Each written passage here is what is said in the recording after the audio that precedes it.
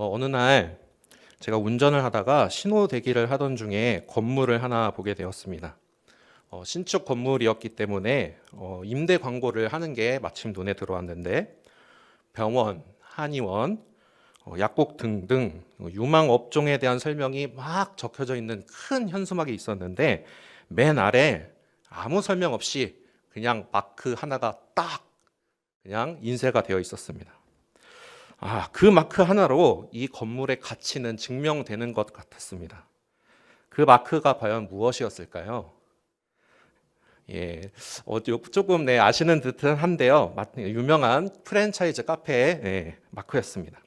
이름만 대면 아는 그 메이커에 대해서 물론 성도님들께 호불호가 있을 수가 있겠지만 그 카페가 그 건물에 입주를 하게 된다면 상권으로서 인정받게 된다는 이야기를 들은 적이 있었습니다. 다른 설명 필요 없이 그 마크의 흔적 하나만으로 그 건물은 다 임대가 된 이후에 유동인구가 많아지겠구나라는 생각을 하게 되었습니다. 제가 어린이부 친구들에게 오늘 설교 제목이었던 흔적에 대해서 물어보았습니다.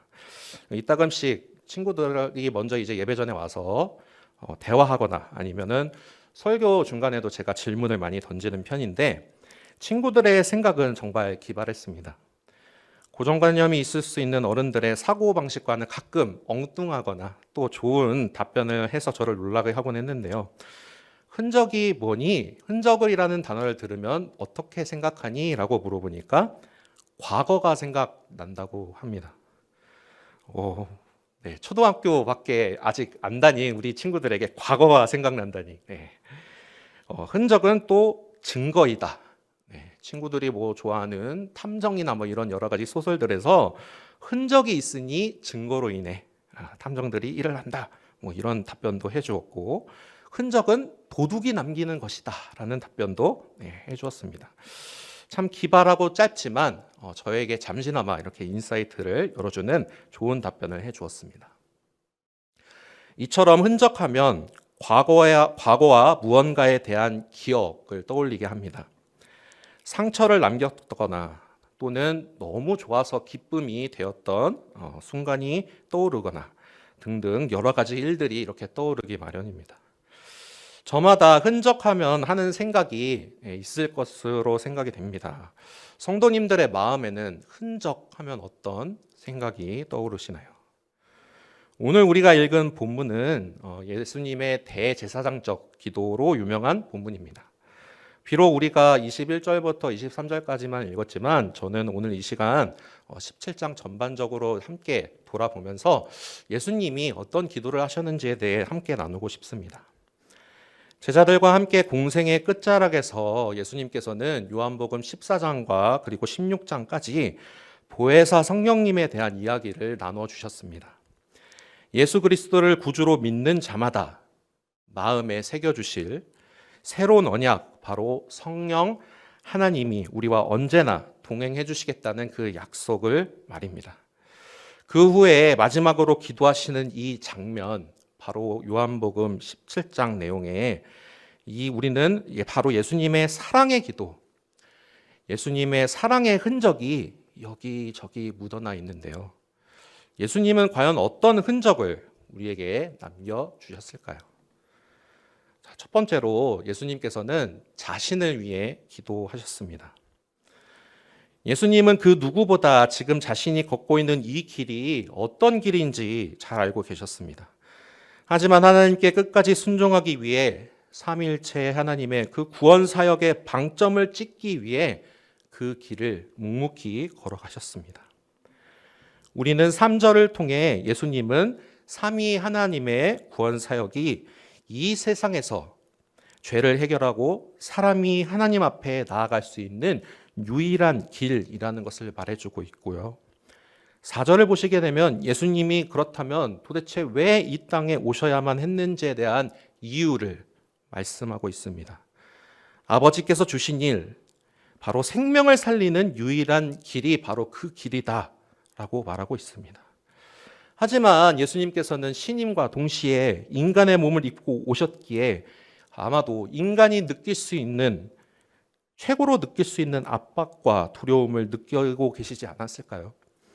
그 순간 예수님은 바로 자신을 위해 기도하십니다. 하나님께 자신을 맡겨드리고 있는 것입니다. 4절 이후로부터 이제 영화롭다라는 단어가 등장하는데요. 제가 한번 국어사전에서 찾아보니까 몸이 귀하게 되어 이름이 세상에 빛날만 하다라고 기록되어 있습니다.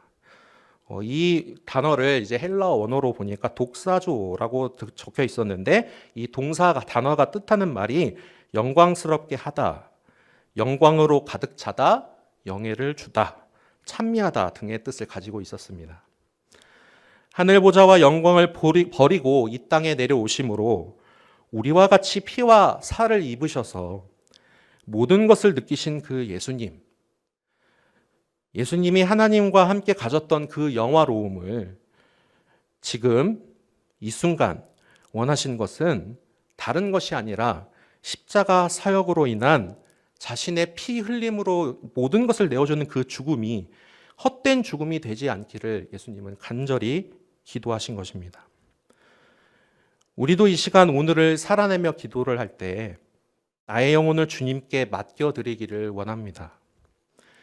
긴 시간 영혼을 뚫고 이 땅에 오신 주님의 관점에 비하면 우리의 인생은 아주 작은 모래알 같은 시간이지만 나는 오늘 하루를 살아갈 때마다 얼마나 힘들고 어려운 순간을 맞이할 때가 많습니까? 하지만 그 한 영혼도 사랑하시고 너의 모습 그대로 괜찮다고 말씀하시는 우리 예수님의 그 사랑에 힘입어서 나는 오늘 이 순간 기도할 때 주님, 내 영혼을 주님께 온전히 맡깁니다. 그렇게 맡기길 원합니다. 라고 함께 고백하기를 원합니다.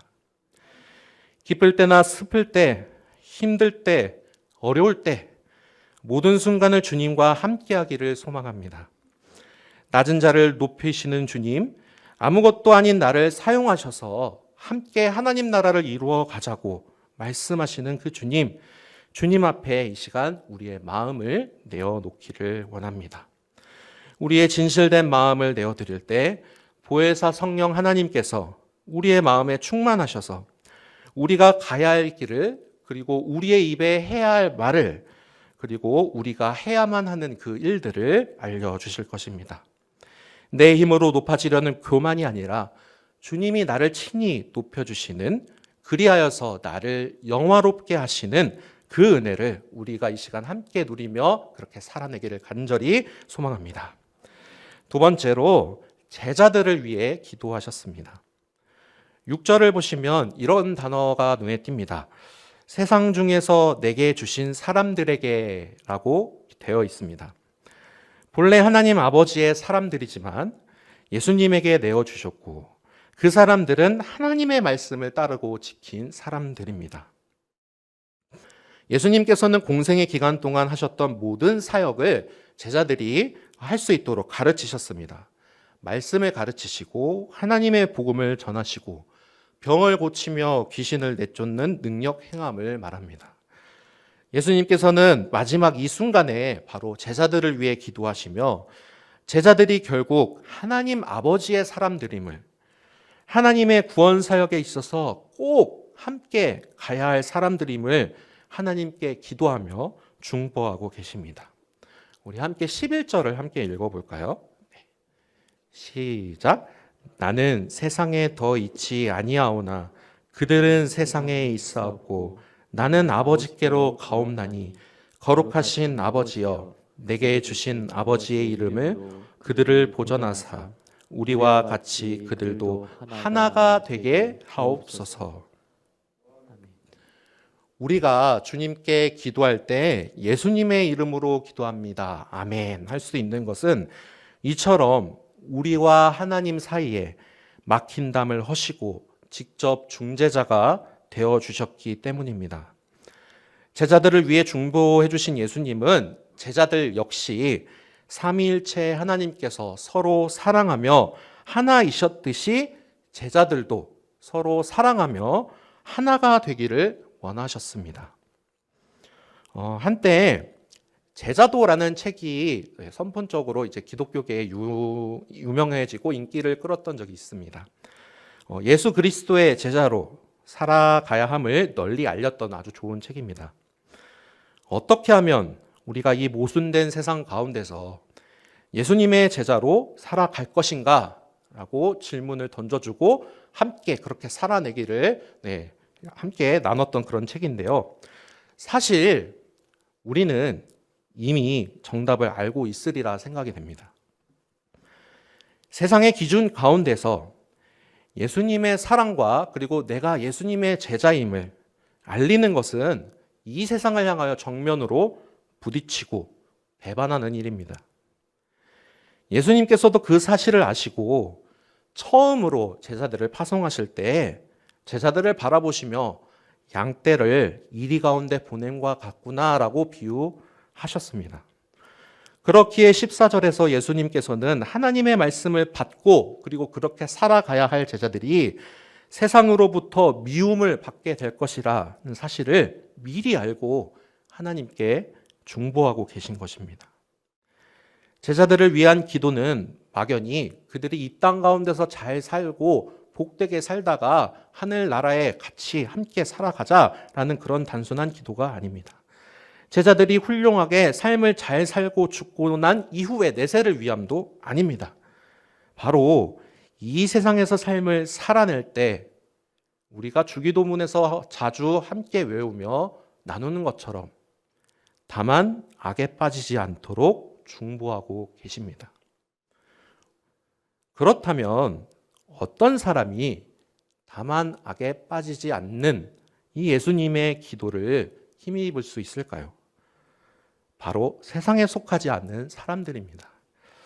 잠시 본문에서 벗어나서 디모데전서를 한번 볼까요? 디모데전서 1장 19절과 20절을 보겠습니다. 믿음과 착한 양심을 가지라. 어떤 이들은 이 양심을 버렸고 그 믿음에 관하여는 파선하였느니라. 그 가운데 후메네오와 알렉산더가 있으니 내가 사탄에게 내준 것은 그들로 훈계를 받아 신성을 모독하지 못하게 하려 함이라. 바울이 디모데에게 전한 이 편지 내용에 따르면 두 사람은 믿음과 양심을 버리고 결국 세상 가운데로 나아갔음을 알 수 있습니다. 그 일이 사단의 강권적인 역사로 인해 단순히 바로 단순간에 일어났을까요? 저는 그렇게 생각하지는 않습니다. 우는 사자와 같이 입을 벌리고 우리를 계속해서 삼키려고 시도하는 사단은 처음은 아무나 달콤하게 우리를 유혹할 것입니다. 괜찮아. 한 번쯤은 괜찮아. 두 번이 되고 세 번이 되고 내 안에 죄에 대한 경각심을 잃어버리고 하나님을 등지고 살아가는 것을 자연스럽게 살아내고 분명히 세상이 주는 단맛의 유혹은 뿌리치기가 힘들고 우리로 하여금 예수를 구세주로 고백하며 살아내는 그 삶이 옛날에는 아마 목에 칼에 들어왔던 아주 무서운 경험으로 우리 신앙의 선조들은 살아냈지만 지금의 우리들은 내 삶의 근간을 뒤흔들 만큼 우리를 조용히 암살자처럼 조여올 것입니다. 그러나 여러분, 저는 담대히 말할 수 있는 것은 예수님이 제자들을 위해 기도하셨듯이 우리도 서로 함께 서로를 위해 기도할 수 있는 공동체가 여기 있습니다. 자, 옆에 계신 성도님들을 한번 바라보시면서 이렇게 한번 인사하면 좋겠습니다. 함께 믿음으로 승리합시다. 네, 함께 믿음으로 승리합시다. 주님께서 우리에게 허락한 이 믿음의 공동체는 세 겹줄이 모일 때 쉽게 끊어지지 않듯이 우리가 서로 하나가 되어서 함께 서로를 위하여 중보하고 기도할 때 그 힘을 낼 수 있습니다. 믿음의 영적 싸움은 나 홀로 이 싸움을 할 때 절대로 이길 수가 없습니다. 그러나 예수님께서는 우리에게 한 공동체를 주셨습니다. 바로 예수님을 머리로 하고 우리가 지체된 바로 교회입니다. 예수님이 제자들을 위해 기도하셨듯이 우리도 서로 기도하며 중보할 때 주님께서 주신 힘을 얻을 줄로 믿습니다. 예수님이 이미 세상을 이기셨기 때문입니다. 세 번째, 마지막으로 교회를 위해 기도하셨습니다. 20절을 보시면 내가 비옵는 것은 이 사람들만 위함이 아니오 또 그들의 말로 말미암아 나를 믿는 사람들도 위함이니. 예수님은 십자가 사역 이후에 있을 모든 일까지 이미 아시고 제자들을 넘어 제자들이 복음을 전하고 난 이후에 그 복음을 믿는 다음 사람들까지 위해서 기도하셨습니다. 이 사람들이 누구입니까? 바로 초대교회로 모인 성도들, 예수 그리스도를 구원자로 믿고 고백하며 함께 떡을 뗀 성도들입니다. 왜 예수님은 이들을 위해 기도하셨을까요? 바로 그들을 사랑하셨기 때문입니다. 23절을 우리 함께 읽어보기 원합니다. 오늘 본문이었죠? 네, 함께 읽어보겠습니다. 시작. 내가 그들 안에 있고 아버지께서 내 안에 계시어 그들로 온전함을 이루어 하나가 되게 하려 함은 아버지께서 나를 보내신 것과 또 나를 사랑하신 같이 그들도 사랑하신 것을 세상으로 알게 하려 함이로소이다. 아멘. 삼위일체 하나님께서 서로 사랑하셨듯이 우리를 사랑해 주셨습니다. 삼위일체 하나님께서 서로 연합하여 온전함을 이루셨듯이 우리도 온전함을 이루기를 원하십니다. 우리의 모습을 보면 스스로 온전하여서 매일을 사랑하며 살기 어렵다는 것을 알 수 있습니다. 그렇다면 어떻게 매일을 사랑하며 살아갈 수 있을까요? 어떻게 하면 하나님께서 원하시는 거룩함을 이루며 살아갈 수 있을까요? 그것은 바로 진리인 말씀을 통해 가능합니다. 성도로서 거룩에 이르기까지 스스로의 힘으로는 절대 할 수 없으나 내 안에 계시는 성령 하나님을 의지하며 말씀을 듣고 깨달으며 그것을 살아내려고 노력할 때에 우리는 비로소 완벽하진 않아도 거룩함으로 나아갈 수 있습니다. 지난 수요일에 담임 목사님과 함께 에베소서 강의 두 번째 시간을 가졌습니다. 사도 바울 역시 하늘의 신령한 그 복을 누리는 성도의 모습은 거룩함을 드러낸다고 이야기를 합니다. 하나님을 닮아 거룩함을 드러낸다는 것은 말씀을 따라 하나님과 이웃을 사랑하는 것입니다. 언제나 사랑하며 살아가는 것. 하나님과 가까이 하는 성도의 삶이 바로 하나님을 닮아 사랑하며 살아가는 것입니다. 다시 말해서 예수님이 지금 우리를 위해 그리고 교회를 위해 기도하신 것은 삼위일체 하나님과 같이 우리도 서로 사랑하며 그 사랑을 나타내며 살아가라는 것입니다. 교회가 이 땅 가운데 있을 때 서로 사랑하지 않으면 무슨 유익이 있겠습니까? 교회가 이 근처의 동네를 사랑하지 않으면 존재의 이유가 과연 어디에 있겠습니까? 한국 교회가 한국을 사랑하지 않으면 왜 한국에 있어야 하겠습니까? 사랑하는 염천 성도 여러분, 오늘 우리는 이 시간 함께 이 시간 이제 기도를 할 때 예수님이 우리에게 보이신 기도를 따라 우리도 애통하며 하나님께 간구하기를 원합니다. 먼저 하나님 앞에 영화롭기를 기도합시다. 하나님 앞에 내가 정결하고 깨끗하여져서 하나님 보시기에 아름답고 오직 내 입술이 마음이 하나님께로만 향하여 찬송하며 영광 올려드리는 내가 되어지기를 위해 함께 기도하기를 원합니다. 우리에게 허락하신 동역자들을 위해 기도합시다.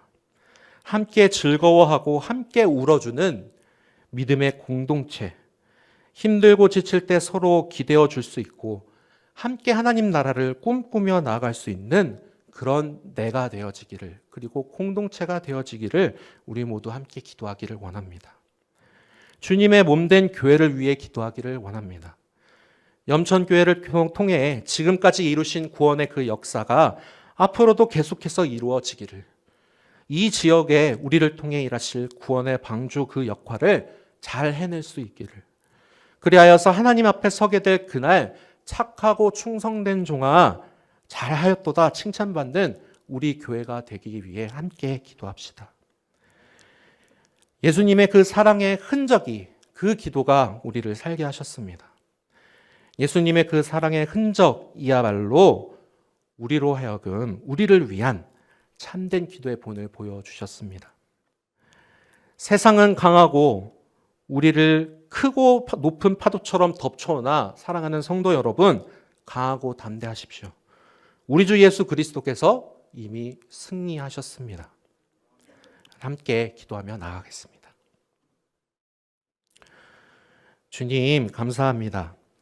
우리를 위해 막힌 담을 허시고 성부 하나님과 우리를 이어주신 참 사랑의 은혜를 우리가 기억합니다.